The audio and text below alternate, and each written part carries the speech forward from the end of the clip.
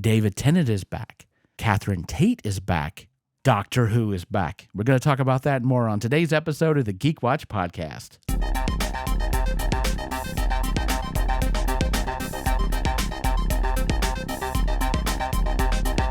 This is the Geek Watch podcast with Brian Hatcher and Mandy Petrie.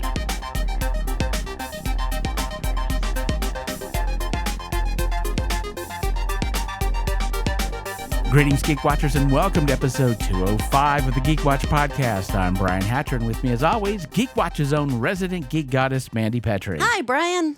So, we can start with the movies. You saw a movie this week. Yeah. What did you go to see this week? I went to see Next Goal Wins. Okay. Yeah. And it was a Taika Waititi movie. It was one of those underdog sports movie, come in clutch kind of films. It still had that nice Taika Waititi feel to it, those jokes and the sort of everyday humor. Right. It was heartwarming and tear-jerking. It was a feel-good movie. If you want to feel good, you can go see this movie. Oh, yeah. It's very similar to Cool Runnings. Yes, absolutely. And in this case, it was American Samoan, yep. Soccer. Yeah. Which Taika Waititi said that he knew nothing about soccer going into it, and doing the movie, he knows even less about soccer. Yeah, and his little Hitchcockian cameo, he plays a preacher. That was a pretty funny start, but they did great with bringing forth the island culture and explaining things. And I would even say this had more of a Little Giants feel to it than Cool Runnings, emotional wise and kind of storyline had a bit of that. Okay. Yeah, I would recommend it if you just want a feel good, heartwarming tale. Yeah, check it out. Oh, that's cool. Taika Waititi's been in the news recently because, of course, he was doing press for this movie. And some things that he said online, he said that these pressers were a little bit weird. And I think you've heard about some of it. He talked about how he's looking to get away from directing. He doesn't want to direct anymore. And he was talking about how he didn't really want to do Thor, Right. but there was money involved. Yeah. So... Like so many people do. Yeah, I get it. And he did make those independent films before this, and then all of a sudden to get thrust into these huge, endless budget, endless CGI movies like Thor, and I get that. And this was along the lines of what he's more used to and what he associates himself with. Yeah. I'd read in interviews before where he had said he maybe exaggerated in his interview when he was trying to get the job as director, that he may have stretched the truth a little bit like we all do in our in interviews. But yeah, I enjoyed the stuff that he did with Thor and the characters that he created, and I think he did a really good job of it. We're probably never going to see him direct anything for Marvel again because it doesn't sound like it's what he wants to do. Right. There's a lot of turbulence at Disney right now. A lot of stuff going on because they're saying that 2023 is going to break this long-standing record with Disney. This will be the first year that they do not have a movie that makes $1 billion. And what's weird is that the movie they thought was going to break the curse and allow them to at least to have $1 billion movie was Wish. And it didn't do good at all. Oh. But they've been having a lot of issues. The Marvels, oh, good Lord. It had a decent weekend, not nearly as good as they hoped, and then it just dive-bombed. And, of course, everyone is speculating about why that is. It's like everything has turned into a culture war at this point. To me, it's becoming silly. And not to say that movies and television and entertainment shouldn't say anything. There's the Goldman quote, the head of MGM, who said that movies are meant as entertainment. Western Union is how you send messages. And I get the idea of that. And this is something, obviously, we're going to be talking about a little bit later. There's this idea that there's this agenda that's being pushed, and some people do not agree with that agenda. And it's getting to a point now where it's like movies are getting, it's been this way for a while, but it's just getting worse and worse, where you look at Rotten Tomatoes and movies are getting rating bombed. But I'm going to point out a couple of things here, which is, one, Barbie is going to be the highest grossing movie this year, and it made gangbusters. And If you're that type that says that Hollywood is too woke, there's no way you can't look at Barbie and go, that's one of those kind of movies. If you're of that mindset, I'm not personally saying that this was some woke agenda movie, but if you're looking for those things, you're going to find it in Barbie. Mm-hmm. So how do you explain the amount of money that it made? And then you look at Ridley Scott's Napoleon, which did not do well at all. And so how do you explain that? That's not one of these. This is a historical drama. Yeah. This is Oscar bait at its best. Got this great director, great actors, what it looks like a beautiful production, beautiful costumes. Yeah, and it didn't do well. And getting to the point now, like I said, Wish was supposed to be the movie that they were sure was going to be the $1 billion. That was going to be their Frozen. That was going to be their Frozen. And no, that didn't happen at all. And Bob Iger, of course, he's coming out now, and he's not even pretending anymore that Disney's in a good way. And he's talking about the Marvels. And one of the things that he said was it was shot during COVID. And of course, because of that, there weren't a lot of people on set. And you didn't have the executives overseeing everything like you would normally do. And I read that and I'm like, really, Bob? That's what you think was the problem with the film? Okay. It didn't have enough suits on set to regulate and micromanage it. Do you think that's what the problem was? I feel like, okay, especially when it comes to, say, Napoleon, the audience for Napoleon is going to wait for it to come out. Because one thing they talked about was Barbieheimer, and they thought that Barbie was just going to decimate Oppenheimer because it came out on the same day, but then all these great memes came out for Barbieheimer, and so some people went and saw them the same day, right back to back, and of course Barbie made all the money, but when they came out for digital download the same day, Oppenheimer beat Barbie, because most of that audience is waiting. So the audience that was really going to go see Barbie went to see Oppenheimer because they wanted to see it as this great double feature. And then the majority of Oppenheimer's audience is going to wait. I think Napoleon's going to do well, but all the people that used to go out to see movies are content to wait for it to come to download. Yeah. And they're okay with that. That could be a part of what's happening. We look at the box office, the opening weekends, and maybe we're getting to that point back in, I think it was Matt Damon or Ben Affleck, one of them talked about that in the 90s you basically had two openings because you had the opening in the theater and then word of mouth got around, and then when the VHS came out it had another opening, so you got a whole new audience and all these people buying the movie, so the movie was making more money again. I think maybe we're getting back to where that was, so they need to not just pay attention to the opening weekend box office. We got to have word of mouth now. It's got to get around. Right. In that same train of thought, there's been a lot of talk about how the studio is really encouraging people to go out and get the Oppenheimer Blu-ray. Mm-hmm. Partially, they're saying that this is a good way to beat the pirates, the people that are making copies of it and people who are stealing it off of streaming, that purchasing the Blu-ray is going to help alleviate a lot of that issue. And so, yes, physical media, like you said, and I do believe that was Matt Damon who talked about it. I think it was on the Hot Ones. Yeah. I could be wrong. Yeah, I think that's when he talked about it mostly. Yeah.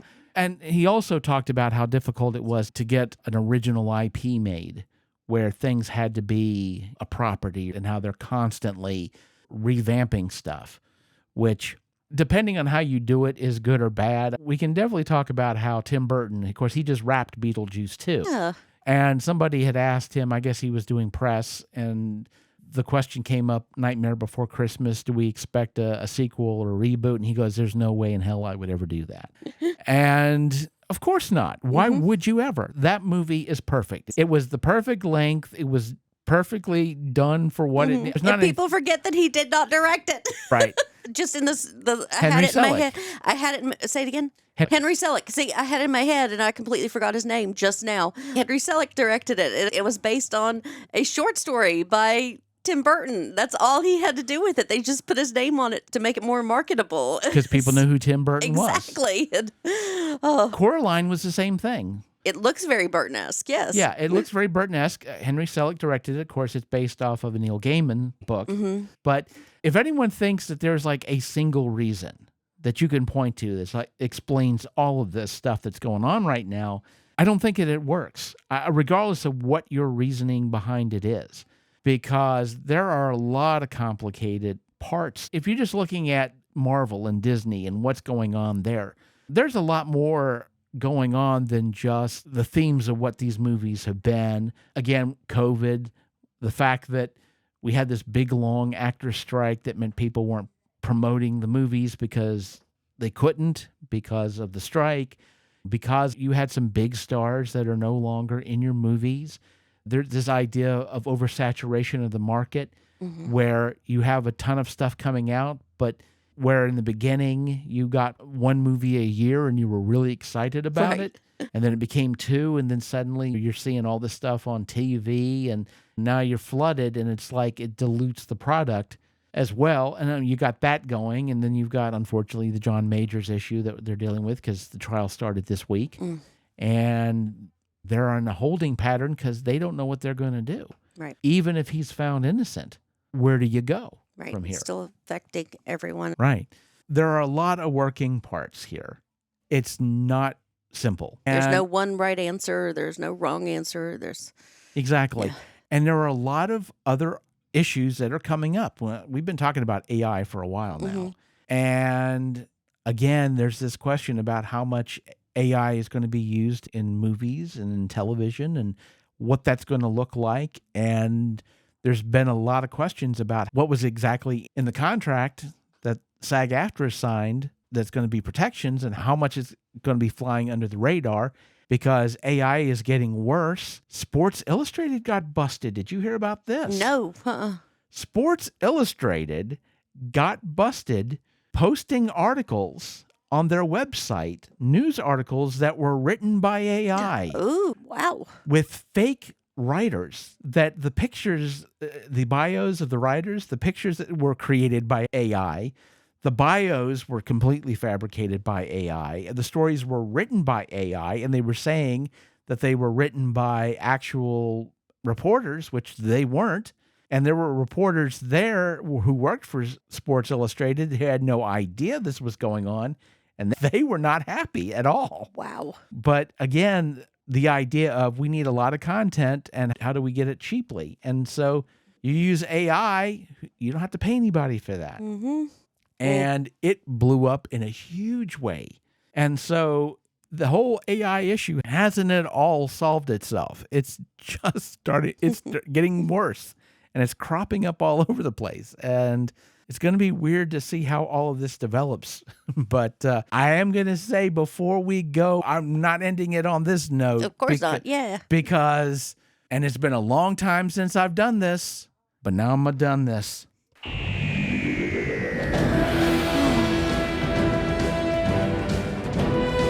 An actual musical bumper. Can you believe this? Because yes, Doctor Who is back. Yes, with What the Who.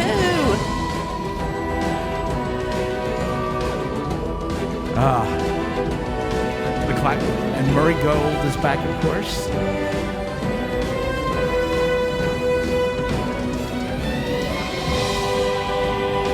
Have you heard before?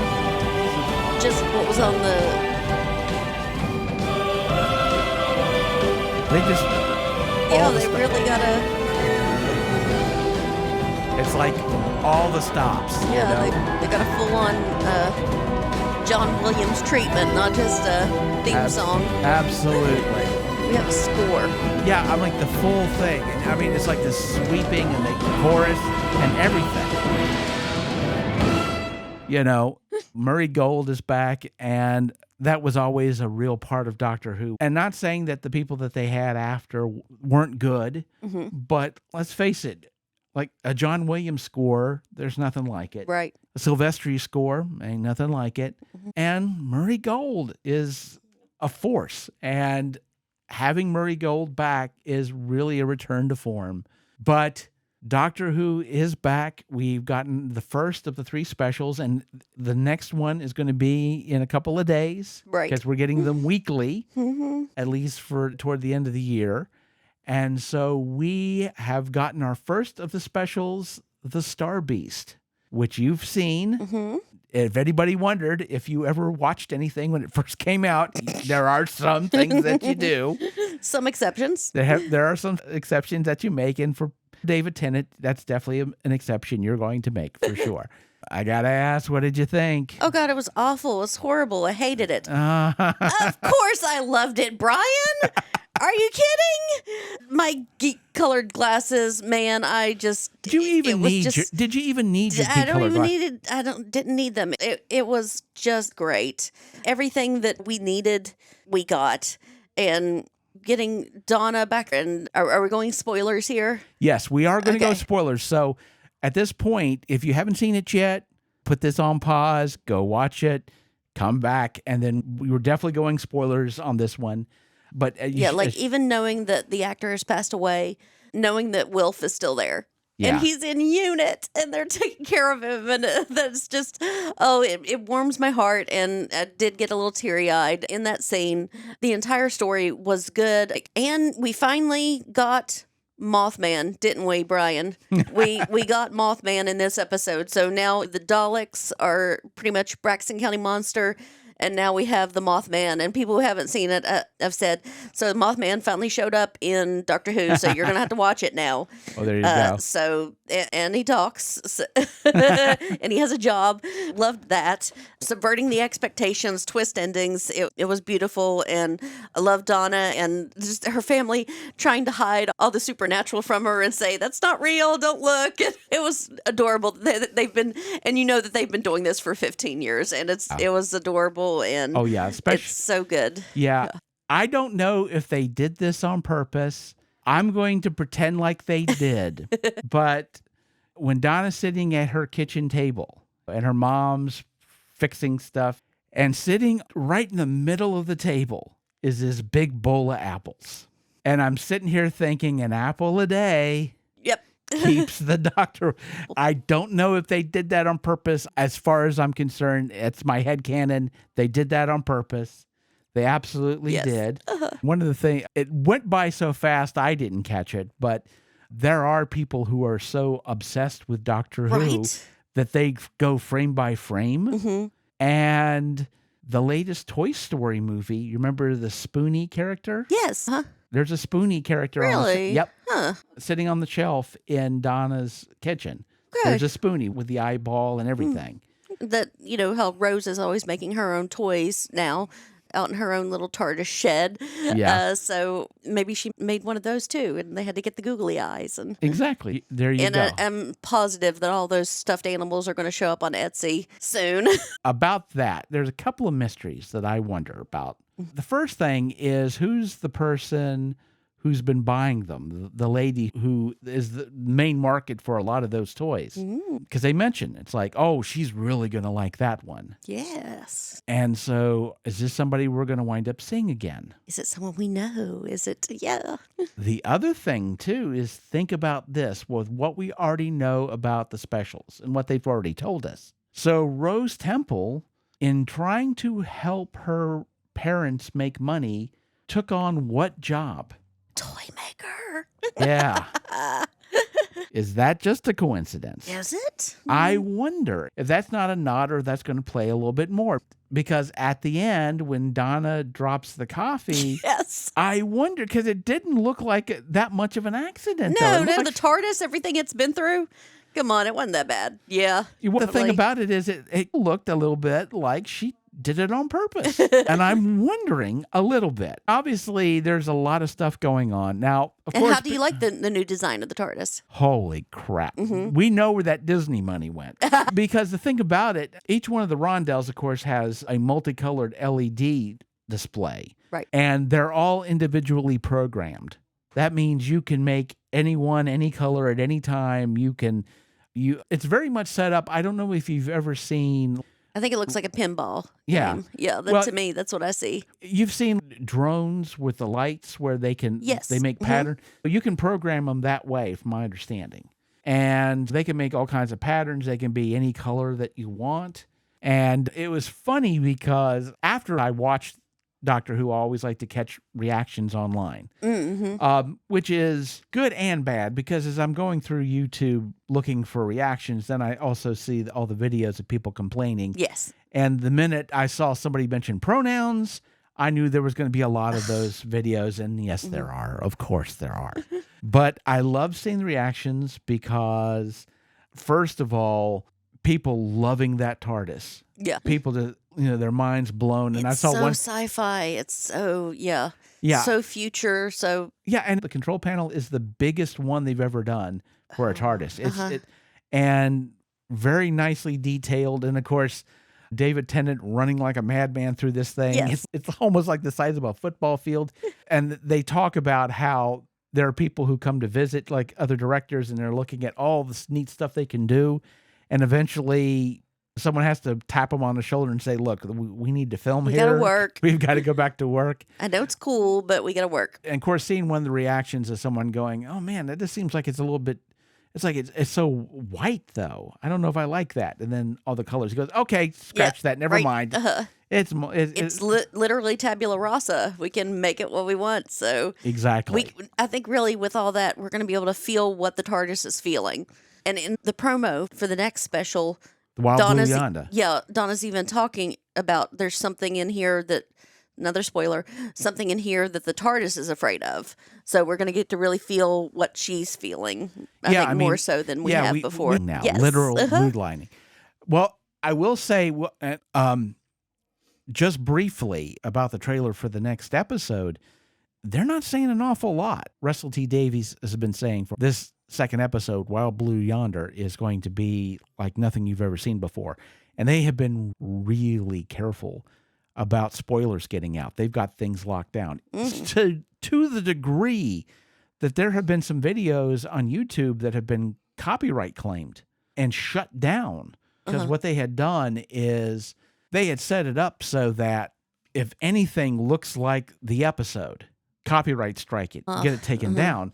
And a lot of people have gotten their video shut down because they've shown bits of the opening. They're all going to look the same. Right. Who cares? Yeah, they're all going to look the same. But again, you have AI that's scrubbing YouTube for these videos. And yes, that's going to look like this episode of Wild Blue Yonder because the opening's going to be in that one too. And it's like, oh, wait a minute, it looks just like this one. This is the, and then it just automatically copyright claims it before even a human being sees it. So that's been a part of that issue as well. But yeah, they've been really careful. And I've been very careful about avoiding rumors because there's like a ton of them out there. I don't want to be spoiled about anything. So, I mean, this episode has definitely been a return to form. I will say that going back to this idea of having a message in your movie or your TV show, of course, as a writer, I know that every traditional story has a theme. It has a moral to it. That's just part of it. I understand the idea of not wanting to be heavy-handed. There were some moments in Jodie Whittaker's run of Doctor Who. Planet 88, I think, was the name of the episode where it was extremely heavy-handed. But I really feel like it has more to do with the advice that they give you as a writer about showing versus telling. And it, very often, if you have a message you're really trying to drive home, you tell it instead of showing it. And I think the best of art shows it and doesn't tell it. And I do feel like there are a couple of moments that towed that line and maybe stepped over a little bit to telling their message instead of showing it. I feel like there were a couple of those moments, but I feel like there were a lot of places that didn't do that. And especially due to the fact that you have a trans character in Rose. And they didn't just pull that out of nowhere. It actually played into the story. Yes, absolutely. It was like it was an important.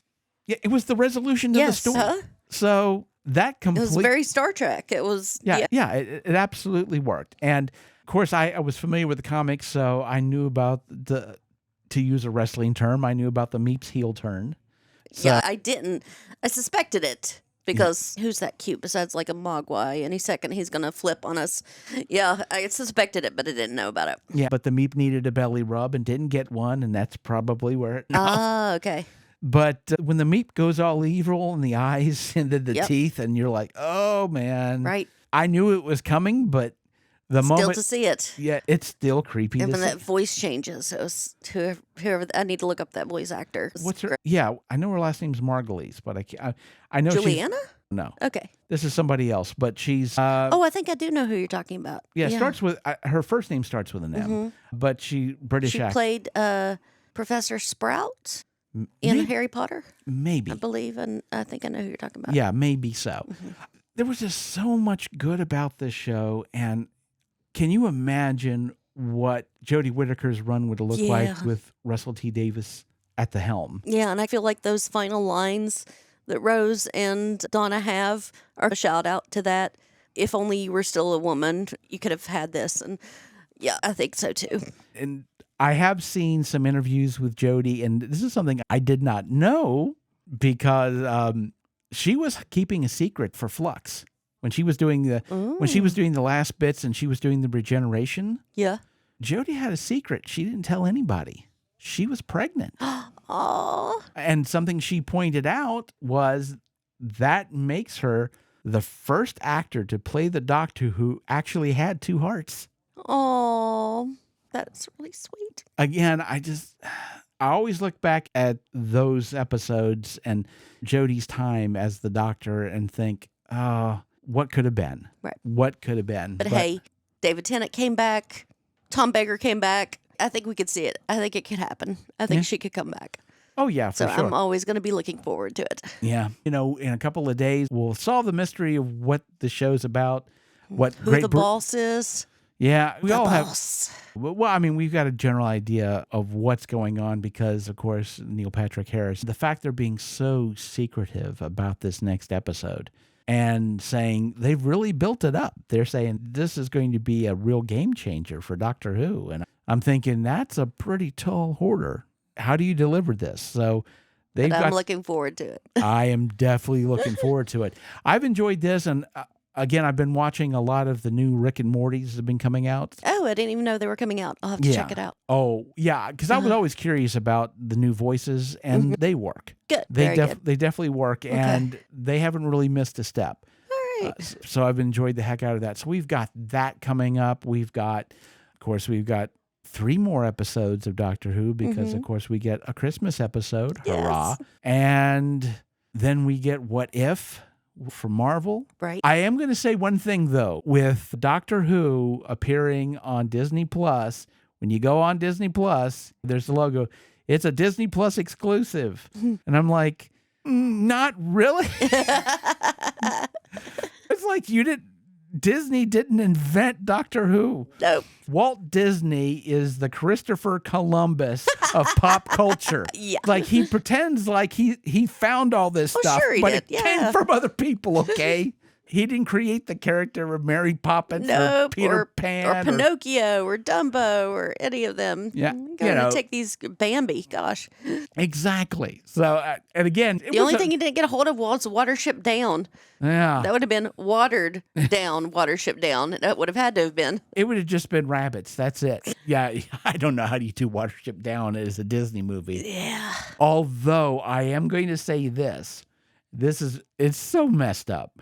But there's somebody out there who is doing Pixar posters of movies that should not have Pixar posters. I have seen these. Yeah, I've seen those. It's that somebody has a really messed up sense of humor. I think they're going through AIs and like punching these things into AIs and saying, make me if Pixar did Terminator 2. Well, that might be what they're doing. I don't know if this is an actual artist. Of course, how do we know anymore? Right. But yeah, a lot of those posters are like, oh God, seriously? Yeah. Seriously, we're doing this? Oh my, insane. But yeah, there's so much stuff that's being developed now with Doctor Who, and I'm really excited about it again. And a lot of people are. And then Saturday, we got another episode, and I cannot wait to see it. We shall see. And with that said, we come to the end of episode 205. Thank you for listening, and tune in next time for the latest in geek news and views with the Geek Watch podcast. For Mandy Petrie, this is Brian Hatcher, reminding all the Geek Watchers out there, we're all geeky about something.